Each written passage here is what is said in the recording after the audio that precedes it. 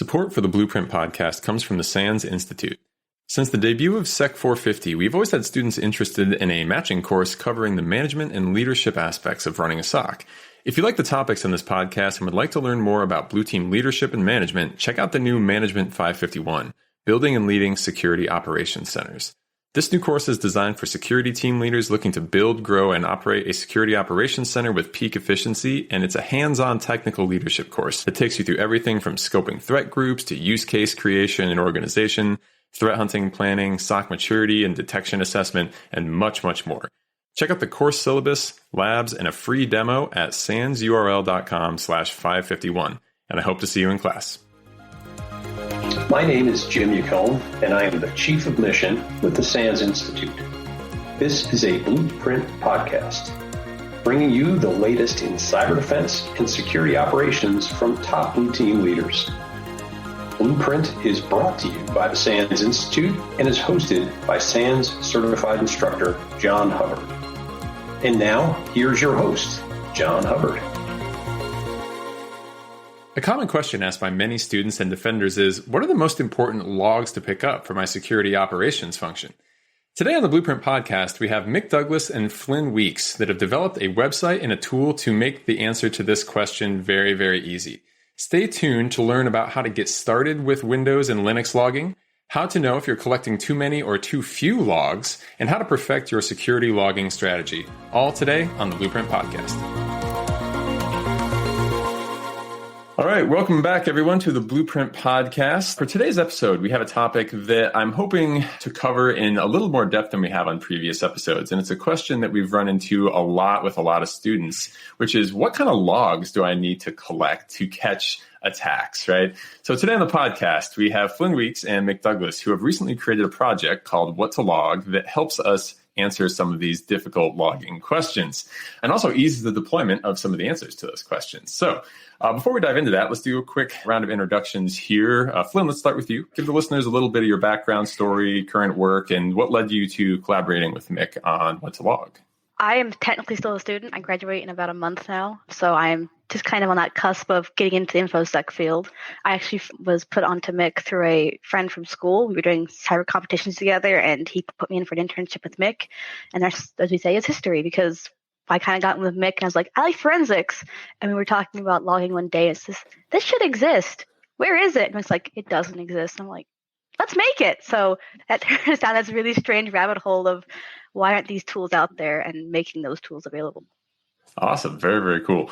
And Mick, you've been kicking around information security for a while and teaching for SANS and all of that. But for those who might have not run into you, can we hear a little bit about what you're up to and kind of your background? Sure. So, hey, everybody, my name's Mick Douglas, and I've been a SANS instructor now for about 13 years. And I just find all facets of InfoSec to be absolutely fascinating and lovely. And one of the things that I'm doing now in my quote unquote spare time when I'm not teaching for SANS is I run my own consultancy, InfoSec Innovations. And starting at like year 2, I had an internship program, and Flynn was in the second generation of those interns. And one of the things that we try to do is have the interns do some sort of intern project that is really pushing the needle forward. With a company name like InfoSec Innovations, you damn well better be delivering. And so one of the things that we try to do is find things that are lacking. And as Flynn indicated, we were working on a project, and I gave her, I forget actually what the task was that kind of kicked it all off. And I just said, hey, go gather this stuff. And she was like, cool, give me the resource where there's this compendium of all the log settings that I need in order to do that. And I just was like, oh, yeah, about that. And like, it was like one of those things where it was like such a great question. Because I've been in the field for so long, I'm like, well, of course you have to hop to all these umpteen million locations, and it's all disparate, and like that's just how it is. And when she framed the question that way, I was like, dang, like we're as the industry, like we're really missing a fundamental mark. And initially we were like, well, clearly this exists. This has to exist. And we spent I think I'd have to go back and look at the hours logged, but I know that I spent at least a half week of like actual hours searching for this, because clearly this has to exist. And it's kind of actually terrifying that something as important as logging to everything from SIM, forensics, threat hunting, all of that stuff, we don't have something that's quite like What2Log.com. And that's what we're trying to do, is make it so that you have a single cohesive location for one-stop shopping on what are some recommended logging levels, how to check what your recommended logging levels are, and how to enable them so that you can get there. Very, very cool. So given that you've been doing this for a long time, before we dive into the specifics on how this solves the problem, what is the situation you would say you typically see when you go into a customer environment and look at their kind of logging strategy or setup? I love that there's already laughter going on. well, John, I got to give you credit that you kept a straight face when you even asked that question, because you know darn well the logging strategy is that people have defaults. And that's that. Mm-hmm. And what's weird is that, to Microsoft's credit, for instance, the default log levels have improved drastically, actually, over the decades. That said, they really leave a lot to be desired. And unfortunately, all too often when we do incident response or do breach readiness assessments, there's almost no stories that you can tell. I mean, it is just a barren wasteland of logs. The setup I often see, right? Like you said, defaults, and people are very kind of lost in the myriad, channels and files and everything and that sort of thing. But what is it that you think is holding people back from figuring out what is the most important? Like, why is this such a struggle? I think part of it is because that information just hasn't been there before. No one's been telling people what to do. I think for the most part, it's been working. It's kind of like an old car. It's been working, so I'm not going to upgrade it because it's working. It's fine for now. But there's a lot to be desired still. Like, people are just okay with how it is. They're not willing to try and do something new and something really exciting, which I think logs, Mick says, they tell a story.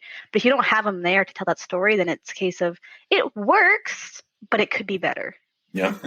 Also, one of the things that I've been incredibly surprised and disappointed at the same time is just how difficult it is to do what we're trying to do. I don't mean to get you all triggered here, Flynn, but talk to us about what it was like trying to pull telemetry off of Mac OS.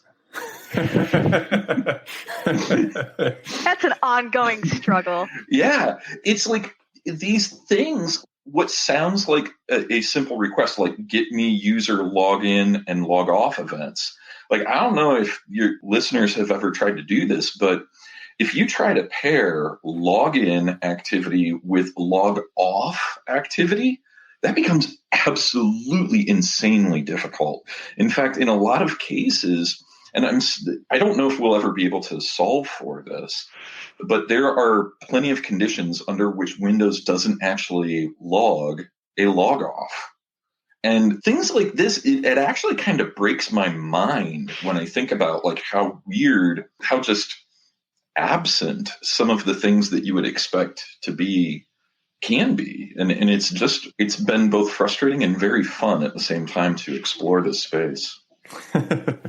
Yeah. So with the difficulty of acquiring the information piling on top of the difficulty of like, what do I even need to pick up here? Maybe that's a good segue into the tool itself. So What2Log, which you've created here, can you explain a little bit more in depth kind of what it does and who it's for and how it approaches this problem? Well, our kind of philosophy, I guess, when starting it was we wanted to make logging simpler because it can be very easy to hop into a Windows event log and there's like a million different events and you don't know what's happening. You don't know how to trace them. So we wanted to break it down for anybody that wants to get a better information about their logs and see, okay, you should really be logging your logons, your log-offs, the failed logons. You wanted to explain why you should be logging certain things. And then from there, we also broke it down into the minimum level logs, ideal and extreme. Because there's some things like process creation and termination that generate a lot of logs, but you may not always need that. But things like a log on and a log off, you should be doing that all the time because that can really give you a hint of someone shouldn't be in your network, someone is on your network, that kind of stuff. So we basically made a tool that you can go to and reference and say, hey, we're not logging this, but we should be, and here's why. I wanted to explain the ideas behind it. So does this tool approach, there's kind of the two pieces of logging, right? There's the turn on the audit policy so it is logged in the first place. And then there's the what do you actually take from the endpoint and move it into a centralized location that you're probably paying a lot of money for to do so, right? Does it address both of those problems or is it focused on one piece of that? So for now, we're focused on what the audit settings are so that you can just get the telemetry. I don't yet want to announce who's reached out to me, but a couple different providers in this space, like logging agent providers, have reached out to us, and we're trying to figure out how we can incorporate that, because that second part of the equation also needs to be solved. But there's rough points. I want to be clear. There's rough points on that getting the logs off of a system, but it's completely broken, in my opinion, when it comes to what audit settings are needed, at least in having a cohesive one-stop shop of here's the stories I want to tell across different operating systems. That doesn't exist. And so our efforts right now are focused on that. And what operating systems and versions of that does this cover? So right now we are Rick mentioned Mac. That's in the works because it's been a ongoing fight of trying to get built-in Mac logs to work for us. I don't know why it's a fight. It shouldn't be. But we right now, I think our main focus is probably Windows, especially 10. And we do kind of do 7 as well. It's a little bit different, but we support 7. And we also do Linux, Ubuntu. So. Yeah. We'll eventually build out other operating systems. So we're going to have Mac Catalina, which still takes up the ultra majority of corporate clients that we're seeing. And then we'll move to Big Sur. And then we'll move, eventually, we plan on supporting Red Hat distros because that's very common in North America for enterprise clients. Awesome. So when approaching a task like I'm going to figure out all of the most important log events to try to get into an audit policy, where do you start with a task like that? Is what's in there fed from a certain framework or anything like that? Kind of a double-edged sword on that one. Actually, we are working on adding frameworks and compliances. Like I mentioned, I have a binder over there, and it's full of I printed off all the frameworks. I'm going through, need this log. So we are kind of building that side of it out. There's a case of sitting down and thinking about events you're looking at. So what do I need to look at in my system that could be an indicator of compromise? This could be an indicator of an unhealthy network. So a lot of it was just us being like, what do we really, really need? But part of it too was just other industry recommendations. We didn't find it until much later. Microsoft has their own recommendation what you should be logging. And there's other things like that as well. NSA has one as well that we've been referencing. And so it wasn't just us saying, do this. It was part of that, but also a lot of things saying, hey, you should be doing this as well. I've kind of looked around for the same sort of thing in the past and come to the conclusion, like you said, that there's kind of like some partial solutions out there, but not like one comprehensive, here's all the stuff in one spot and here's how to, apply it and all of that. So you said you cover Linux and Windows. Starting with Windows, what types of like log channels rather, are you looking at? Like I assume security and system and that kind of stuff, but did you incorporate beyond that? And what kind of things are going to be included if people use What2Log's recommendations? So we actually cover a little bit beyond that. I mean, a lot of the logs that you're really wanting are in the application log, system log, and security log. Those have a lot of events that are generated and that can be generated to turn them on. So there's a lot of information there that we can really pull from. We also cover the Wi-Fi log because that's not really talked about much. There's a log for that, LAN and Wi-Fi. So that's really interesting to cover. Yeah, there actually was a blog posting, and I'm terribly sorry. I can't remember who it was that posted it, but it was threat hunting using lesser used event channels. And we're in the process of going through that and seeing which ones make for crisp detections. One of the things that I find odd is that a lot of people are still stuck in the big three, as it were, the application system and security. And to be fair, there's a lot of good to be had there, but I think increasingly the real best bang for your buck are going to be those specialized channels. Eventually, we will be having some suggestions for the Windows Defender Firewall, which is easily my favorite from a threat hunting standpoint, because I know definitively who you've been talking to once I have those. And one thing we're also adding is not in one of the big three, like mentioned, is Sysmon, because that gives us a lot of extra information, really easy to install, really easy to run, and it is so helpful. And I don't think people are using it enough. Yeah, both of those are outstanding. Those are things I'm always, constantly hitting on in class. And the firewall one especially, I'm always trying to say, like, look, if you're not looking at your firewall logs, yes, they're high volume, but they're also like having a sensor everywhere that tells you everything that's being talked to and what program's doing it, right? But of course, that brings up the specter of log volume because it can be super, super high volume. One of the things you had mentioned before was the 3 different kind of log levels that you had set up within the website. Could you explain a little bit about what went into that and kind of the definition of each of those in your mind? Well, that's where it is a bit arbitrary, and we would absolutely love community input. To my knowledge, there's no real consensus guidance on like what the most criticality of the logs are. To date, everything is just log this or don't log it. And I think that guidance comes, I don't want to offend anyone, but frankly, that advice comes from people who are what I call ivory tower practitioners. They have not really lived in the real world, and they don't understand what they're committing an organization to in terms of log volume. And the brutal truth of the matter is most organizations have to play this ugly game of, yes, I want all my fingers, except a couple of them got to go, and I can't keep all my fingers. So which ones get on the chopping block? And what we're trying to do is make it more objective so that people can understand, here's the event IDs, just to keep it within Windows, for instance, here's the event IDs that, while good, aren't absolutely critical. Here's the ones that you must have bare minimum. And it gets really tough because if you look at the guidance that's out there, Microsoft makes a recommendation of event logs to monitor, and it's something like over several hundred event IDs that you need to monitor. And no, I don't know any organization that can do that. It's just way beyond the capacity for most orgs to do that. And so we're trying to make it so that people can figure out, like, hey, here's where we're at. Here's how much size we have in terms of volume.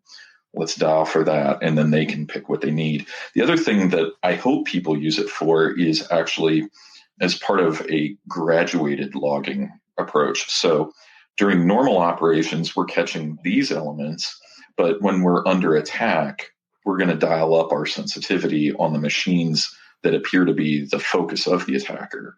And then that way you can hopefully catch them a little bit easier. So yeah, we have the minimum, which is basically our idea of what the bare minimum is. You have to be logging these. And there's idea, which is, it'd be nice, but we get it. It may start to build up your log volume. And then our extreme is, these are going to create a lot of logs, but they can also be crucial, especially when you say in an attack where you need that information. When you go in and you look at customer environments, is it usually a problem of too many logs being collected and it's wasteful, or is it not enough being collected, or is it kind of dependent on the situation? What do you think you see more of? I think it depends on the situation, but I will also say I think if it's common to have too many logs, but then because there's so many, people aren't looking at them. They get overwhelmed. They're diving in, open security log, and there's 100,000 events, and just like, I don't know what to look for. I don't know where to start in that. So I think if you have too many logs, it is very intimidating to have to sit down and go through and understand what's actually happening. You can't create that story when there's so much filler in there. I see it. It's very weird. The distribution curve is not like a normal bell shape. I see almost like a bathtub curve where it's really extreme on both ends. One of the things that feeds the log it all and let the SIM sort it out are people misunderstanding what their compliance requirements are. The thing that I hear all the time is, well, PCI says that we have to log all the stuff. And I'm like, that's not at all what the PCI DSS says. And so they've over-SIMmed. And as a result, I've got horror stories for days. Not too long ago, I was working with a client that any query beyond their default dashboard views, any query took 90 minutes. That's 90 minutes per query. We were doing a purple team engagement with them, and I wish I was making this up, but by Monday at lunch, we had a 2-week backlog of queries at 90 minutes a pop, just from the red team work that we were doing. And I was like, guys, like, you pack it up. This is absolutely, you can't do anything with this. And they're like, Yeah, we know. And like it just was like it was like the definition of fail. I like wanted to hug them all and be like, it's gonna be okay. So that's like part of the reason that we came up with this graduated response is because like log it all and let the SIM sort it out is absolute utter madness. And sometimes it just you can't recover from that. And on the flip side of that, too, there's times where it's a case of they're not logging enough stuff and you're not getting information out of it, which we've seen recently with some things. And it's a case of we can't tell you what happened because we don't know. There's no information for us to tell you here. Yeah, without violating NDAs, Flynn and I were involved in an incident response, and it pretty much the report is, yeah, we know that the attackers were here based off of some of this telemetry, but we have no idea what they did once they got in. Here's the recommended approaches of how you need to do mass password resets. Here's how you need to segment off this chunk of the network because you have to assume it's completely compromised.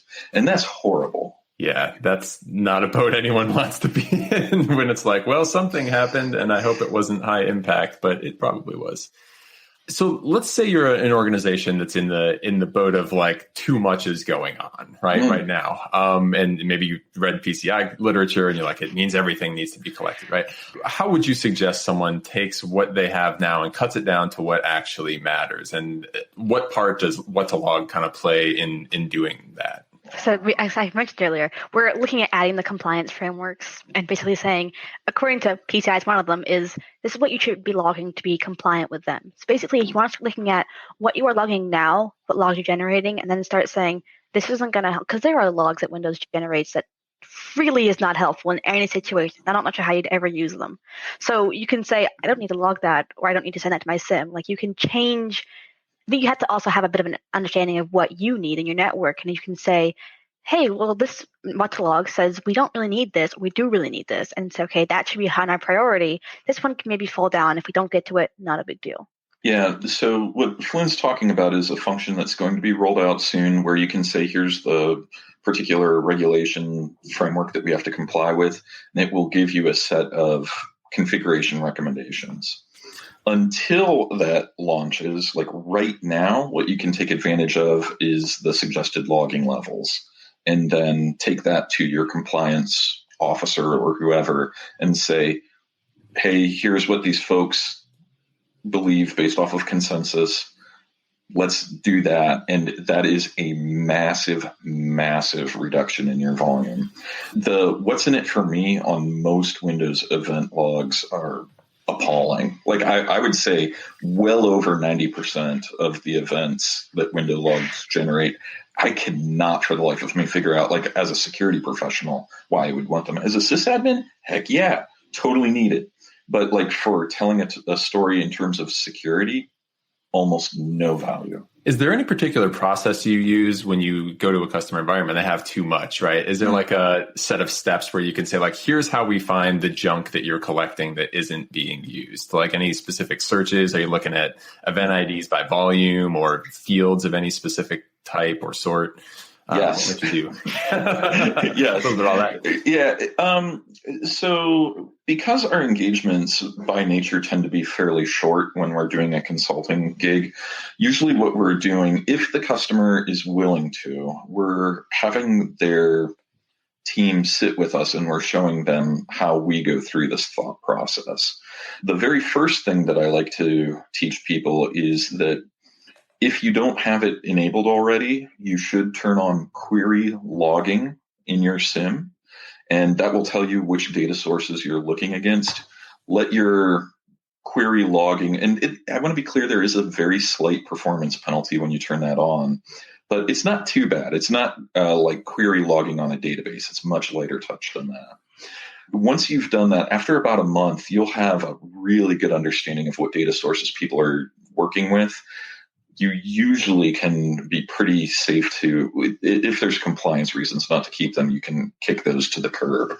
And that's where most of our clients see somewhere between a 60 to 80% log reduction if they're in the log too many camp. And I mean, I want to be clear, that first round, it is shocking how much data they can expunge. I mean, and they're just like, we can do what? And like a lot of times I even have them go back to the SIM vendor and try to renegotiate their license because they've had such a huge reduction. Yeah, one of the other things you had mentioned a little bit before that I've also seen some really good success on is the graduated logging approach, kind of like you said. But you were talking about in the moment, normal times versus incident response moment. But one of the other things I usually like to encourage people to do is look at the importance of each asset. And it's not logging happens or logging doesn't happen, right? There's a whole spectrum and everything can kind of get that according to risk. Is that something that you were thinking of when you were designing the different log levels, or how might you approach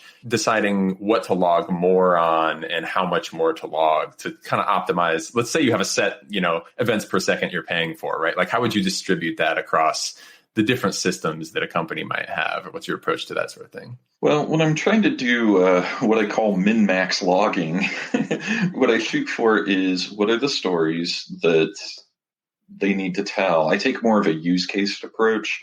And so here's the story that you want to tell. Here's the log sources that are required to tell that story. One of my favorite resources, and this is like one of the best superpowers that I can give people of all time.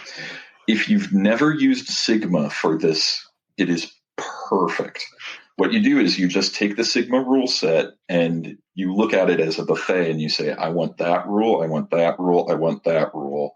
And then you open up those Yaras, and rather than using the Sigma converter, which a lot of people do, and it's fine, what I coach you to do is just look at the Yara and it'll say, here's the dependency you need. You flip that dependency on or not, depending on what your interest is. And then you just say, I don't care about the rest. And overnight, you have a dramatic change.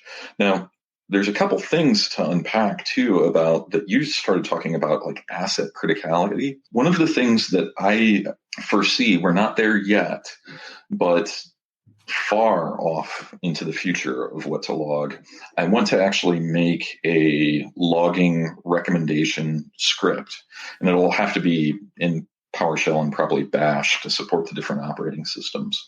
But one of the things that I want to do is actually inventory the data on that asset and then make recommendations on what this is. Because a lot of what we do as defenders, in my opinion, is flipped from what it should be. We talk about device criticality when to the attacker, the device is immaterial. It's the data.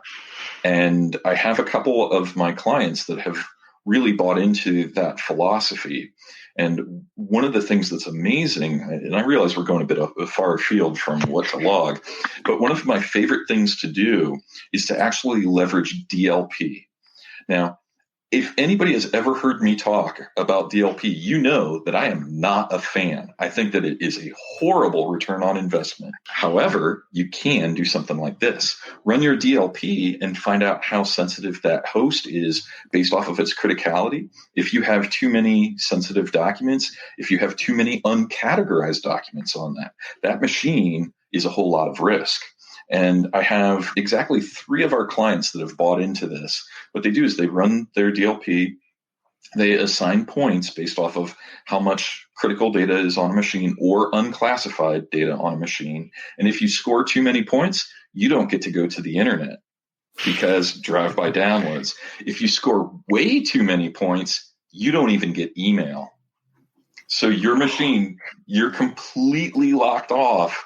And that's a very strong way to force people to check in files and do a good job of protecting the data, because now drive-by downloads, phishing, weaponized macros, all that stuff gets taken off the table. We'll be back after a quick break. If you're enjoying this episode, then you're undoubtedly interested in building the strongest security operations team that you can. For those who want to go even deeper, did you know that SANS has not 1, but 2 courses that cover security operations centers as well? For the leaders, managers, and directors out there, my co-author Mark Orlando and I offer 551, Building and Leading Security Operations Centers.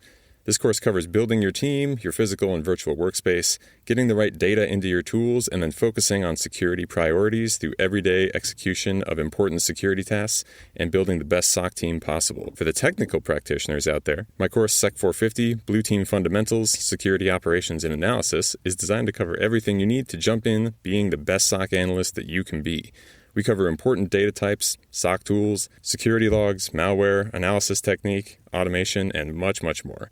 In addition, if you want to prove you can deliver the best on any security team, both courses have an accompanying certification available from GIAC. That's the GSOM for 551 and the GSOC for 450. Check out both courses and free demos available on the SANS website. You can get registered today for an in-person course at one of our many events, or go to On Demand and take either class anywhere at your own pace. Thanks for listening.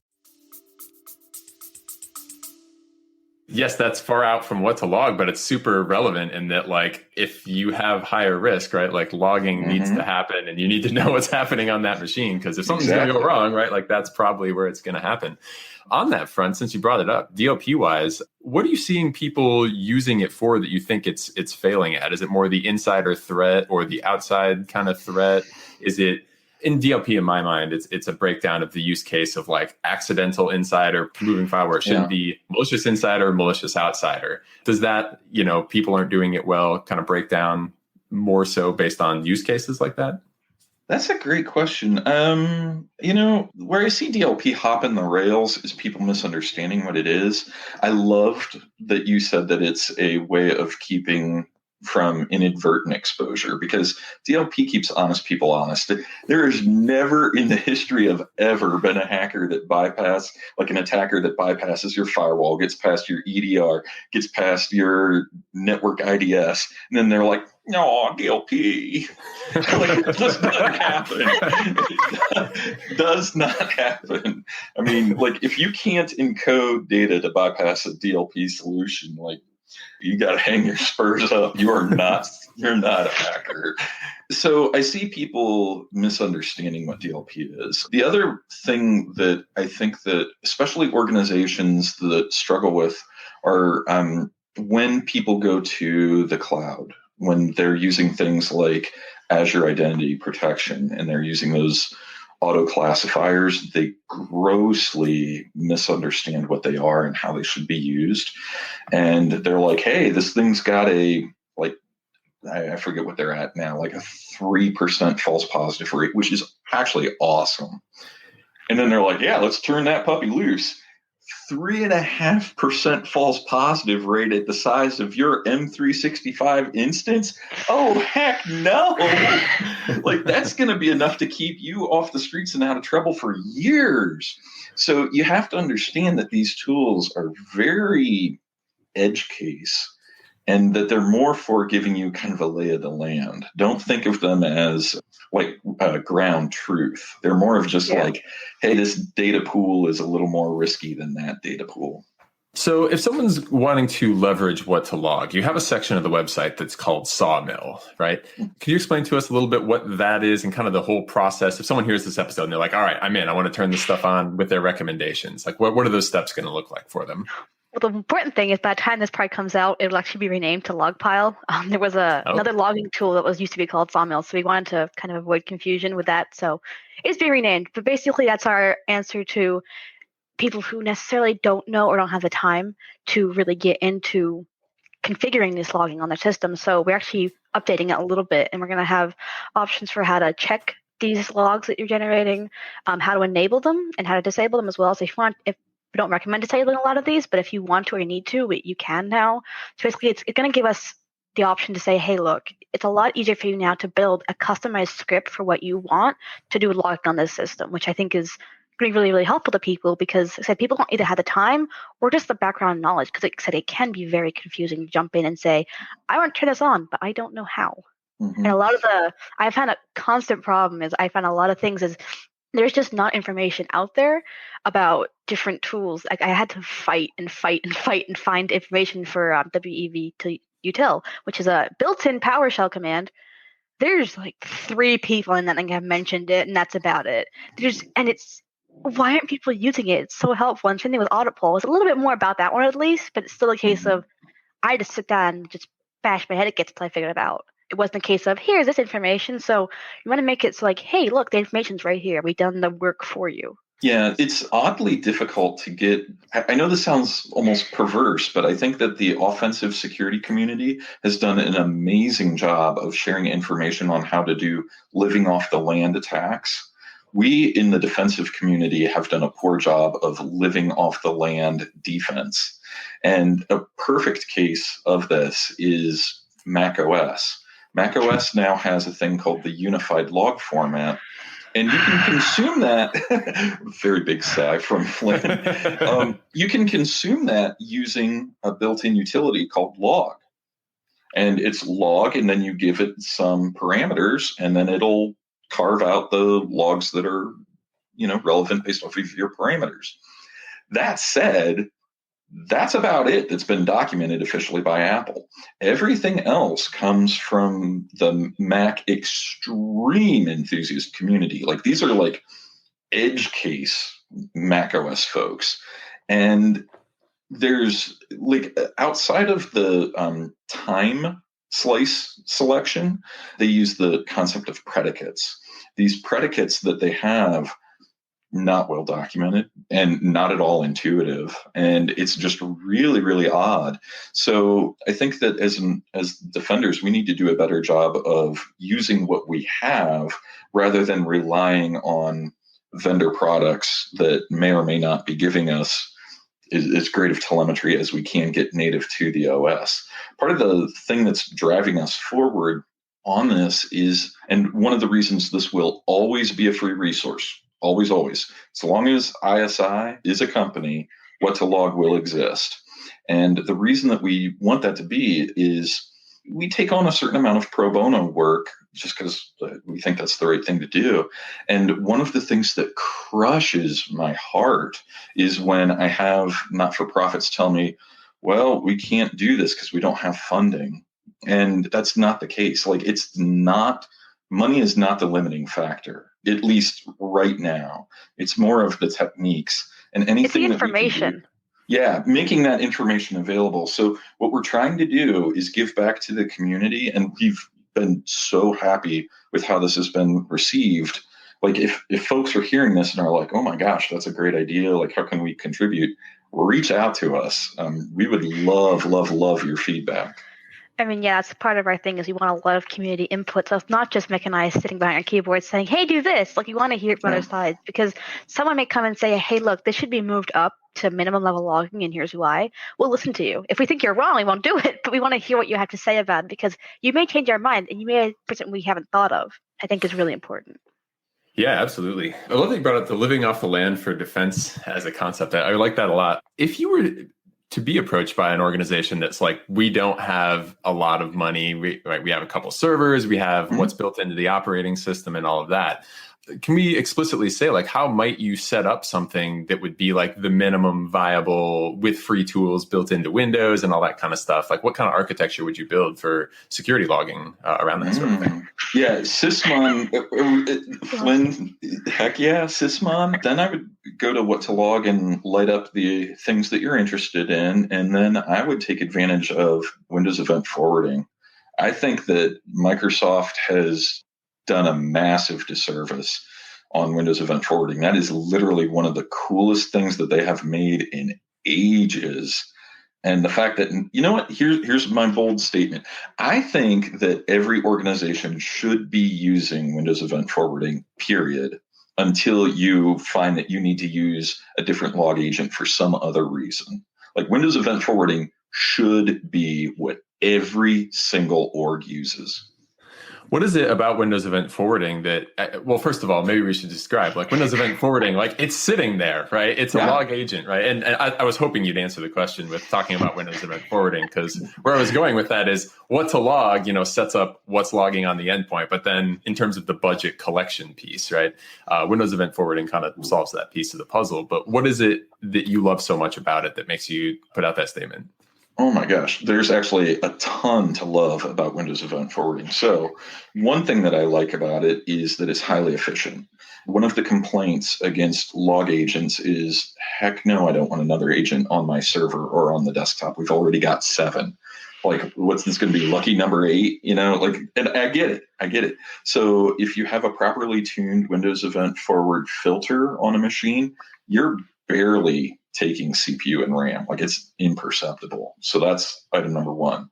Item number 2 that I love about it is you can make it's encrypted by default. So it's secure in transit, which is amazing. And then there's a function that almost never used, even among the few, the proud who are using Windows Event Forwarding. Most people are using it in a push where the client, the host, is pushing to your Windows Event Collector. You actually can make it so that the Windows Event Collector can reach out and pull logs off of a machine. And I have a couple clients that are tooled for, like, if certain telemetry comes in from a machine, that triggers an event and it grabs additional logs that otherwise wouldn't normally be collected. And so Windows Event Forwarding can do both push and pull. And then finally, the last thing that I like about it is it is shockingly efficient.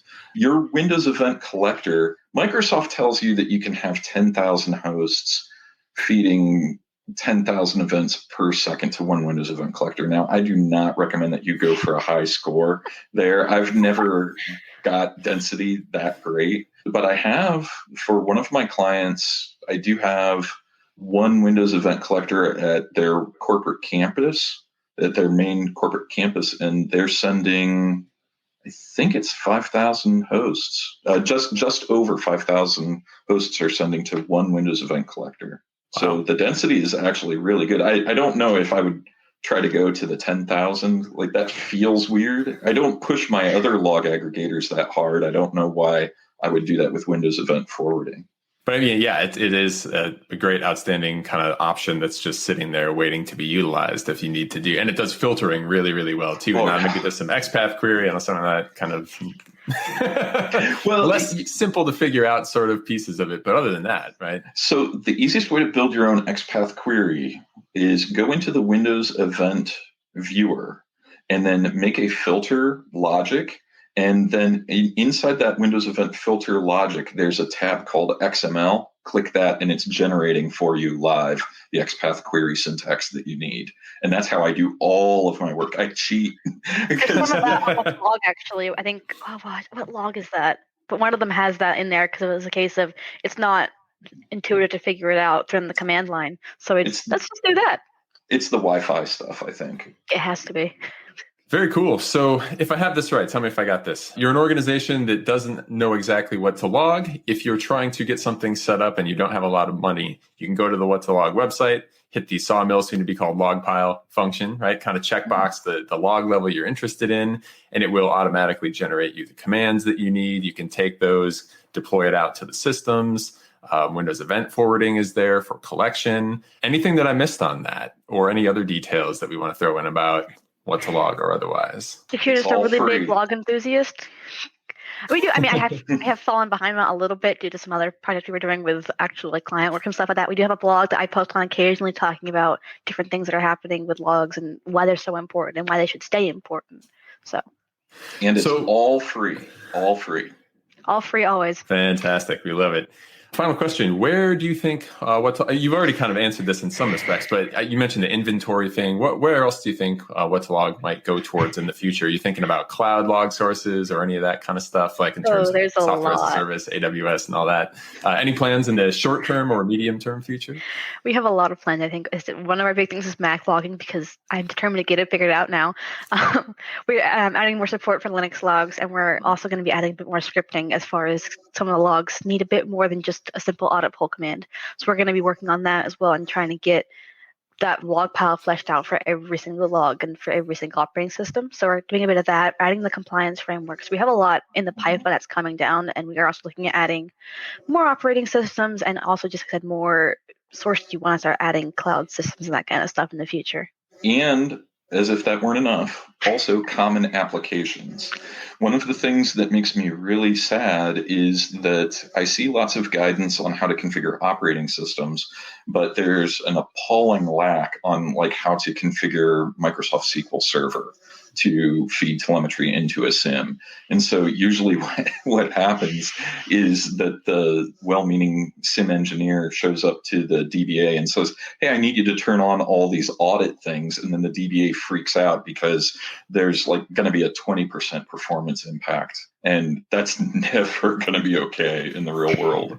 So we're hoping to, in addition to everything, we're hoping to also give some real world and good guidance on how to configure web server logging, database logging, as well as various cloud API. One of the things that is, and it makes sense if you think about it, but most software as a service platforms, the default logging is set up for the advantage of the cloud provider, not you. And so the logs that are set up in cloud environments are almost always appalling. They're far, far worse than what we've been talking about. There's almost nothing that's there. In a lot of cases, all you have is like user log on to the ID system, and that's it. So we're going to be spending a lot of time on like, here's different configuration change logs to capture. Here's different item creation, deletion type events to monitor for. So yeah, we got a lot of work, and we will absolutely take whatever help we can get from anyone. Very, very cool. All right. Well, I think that about closes it up for today. To end here, Flynn, where can we find your blog posts and connect with you online and follow what you're doing from here on? So I have a Twitter, which is Sounds of the Time. There is also a Twitter and a Reddit, a whole subreddit set up for What2Log. That's under just What2Log. And the blog posts are on What2Log.com. So if you want to read any of those, I think they're interesting. So yeah, I'm online. Reach out to me anytime. Awesome.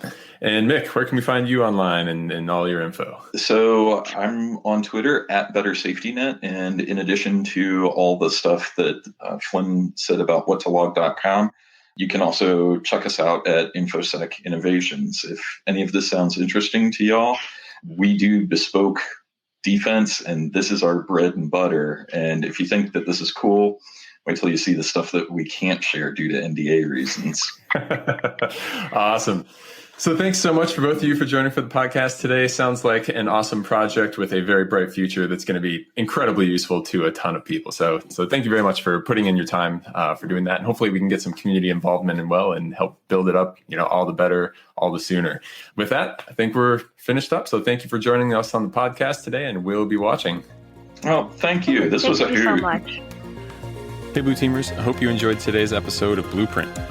If you've got a second and want to help support the podcast, please subscribe and leave us a review on Apple Podcasts. It would be really, really meaningful to us. And if you have any ideas or suggestions, I would love to hear them. Your reviews are going to be one of the best ways to help others find this podcast. So anything you could do would be a big help. As always, thank you for listening.